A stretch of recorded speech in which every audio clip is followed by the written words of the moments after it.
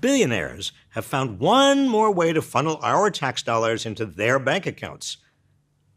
Sports stadiums. Robert Reich is back with another banger. Watch. And if we don't play ball, they'll take our favorite teams away. Ever notice how there never seems to be enough money to build public infrastructure like mass transit lines and better schools? He posits this. When a billionaire owner demands a new stadium, they play the ultimate card. Taxpayers, give us money to build it or we're leaving town. Will and his family spent years hinting that they would move the Cards out of Arizona if the team didn't get a new stadium. Their blitz eventually worked, with Arizona taxpayers and the city of Glendale paying over 2/3 of the $455 million construction tab. And State Farm Stadium is not unique. It's part of a well-established playbook. This man is cooking, and it's something we rang the bell on over and over again for years. Billionaires don't care about you, the hardworking American who's a loyalist to their team. They only care about one thing, paying as little as possible and footing the bill to the taxpayer. It's greed to the nth degree, or rather 1%. Since 1990, franchises in major North American sports leagues have intercepted upwards of $30 billion worth of taxpayer funds from state and local governments to build stadiums. And the funding itself is just the beginning of these sweetheart deals. Sports teams often get big property tax breaks and reimbursements on operating expenses. Even worse, these deals often put taxpayers on the hook for stadium maintenance and repairs.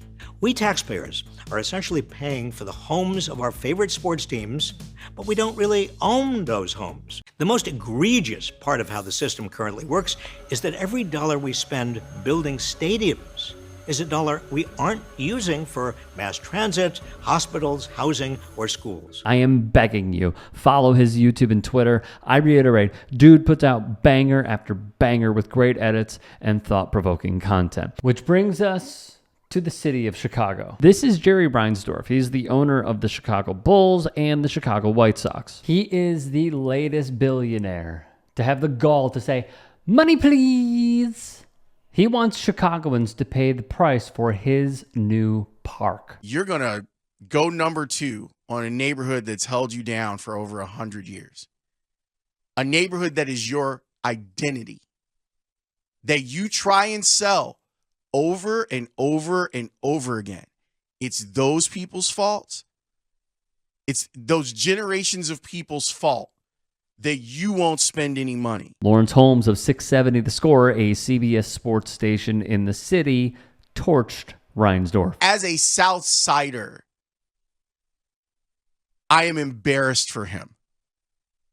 And the people who are closer to the ballpark than I am, and I'm relatively close, but the folks in Bridgeport and Bronzeville and Chinatown, I don't know how you could take anything this man says seriously in regards to the baseball team.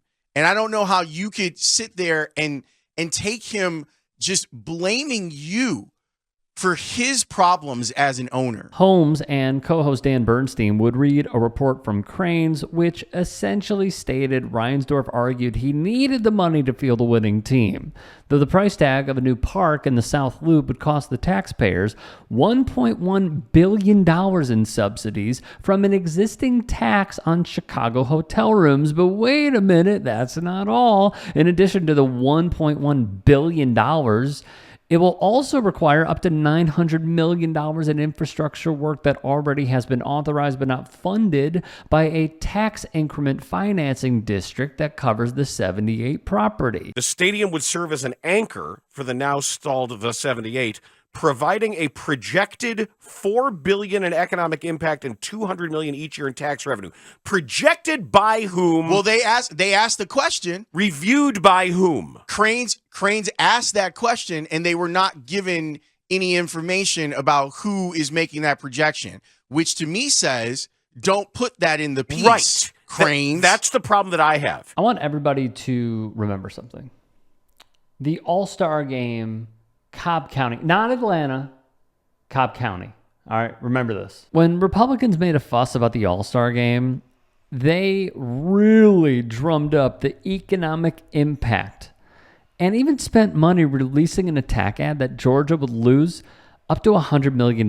Then the journalists would uncover the following, and this is via The Guardian. While Georgia's $100 million figure surely makes for a juicy cable news chyron, the consensus among sports economists is these estimates are routinely exaggerated. Holly Quinlan, seen here, came up with the figure. She's president and chief executive officer of Cobb Travel and Tourism. When asked how she came up with this number, she refused to answer. Well, that's suspicious, isn't it? Economics professor Victor Matheson would put it bluntly. The rule of thumb that I always tell everyone is just take whatever number the boosters are telling you, move the decimal one place to the left, and you probably got a pretty good guess. There is some loss, so it's not zero, but it's a whole lot closer to zero than 100 million, the number Atlanta was throwing around. Keep all this in mind, okay? As residents of Chicago and residents of the state of Illinois, we should know about a lot of lies that are told to us as citizens. But it's pretty, though, Dan. It's pretty. The artist rendering is really pretty. It's always pretty. And what's the budget deficit right now? 900 million? Mm-hmm. For many of us in Chicago, this is not our first rodeo with Jerry Reinsdorf's antics. Reinsdorf and the late Eddie Einhorn orchestrated a dramatic process that had the Sox on the verge of leaving Chicago for St. Pete, Florida, before the state of Illinois agreed to fund a new stadium in 1988. Good year. The owners had deemed Comiskey beyond renovation and now have come to a similar conclusion about Guaranteed Rate Field, which opened in 91. Holmes and Bernstein, rightfully, bring up a meeting that somehow leaked to the press between Jerry Reinsdorf and the mayor of Nashville. Now, if Nashville rings a bell, or if it doesn't, just know this. This meeting was by design, because if the Sox were to leave the South Side, Nashville would likely be the number one landing spot. Meanwhile, the lease at Guaranteed Rate Field expires in 2028. From NBC5 Chicago, the Sox currently pay rent to the state of Illinois for usage of Guaranteed Rate. The state of Illinois is responsible for capital repairs within the park according to terms of that lease. State taxpayers owe $50 million on the bonds used to construct the stadium, and those funds still need to be retired. I'm so tired of it. I'm so tired of the mythology around Jerry Reinsdorf and who he's supposed to be, instead of looking at who he has been. Who he has been as the White Sox owner, he's been cheap. He's been loyal to people who don't deserve it. He's been backwards. He's been a union-busting owner, and proud of it. I've heard so many arguments about how, no, it's actually a good thing if a city were to spend hundreds of millions and or billions of dollars in order to build a new stadium and keep a team, because it would have such a positive impact on the community, along with many other layers. Basically, it is mouth dribble for the ultra wealthy. Think Jim Cramer on steroids, okay? Let's talk construction now. And we are given the promise of jobs, jobs, jobs. Here's the thing. Construction on the stadium might be performed by local workers, but it might not. And either way, it's to be paid for off the books, without protections, for workers. The Atlantic's piece would quote economics professor Michael Leeds, who said the number of jobs created is smaller than the number of employees of a mid-sized department store. Much of the consumer spending associated with pro sports comes out of the entertainment budgets of local residents. When a new franchise appears in a city, local entertainment spending on sports increases, and local entertainment spending on other activities like movies, bowling, etc. decreases, wrote economists Dennis Coates and Brad Humphreys. One study would even survey economists, and this number is high, and quite honestly, I'm surprised it's not higher, but they found 86% agreed that local and state governments in the U.S. should eliminate subsidies to pro sports franchises. And here is just a taste of how bad it is via friend of the show, Dave Zirin. Rather than spend $1 billion on a stadium, he would quote an economist as saying, you're actually better off flying a plane over a city and dumping $1 billion on the populace and just letting them pick up the money and spend it. As Matheson would then go on to write for The Conversation. The only thing better for a team owner than a new stadium is a new stadium that someone else pays for. Billionaires. The biggest socialists in town.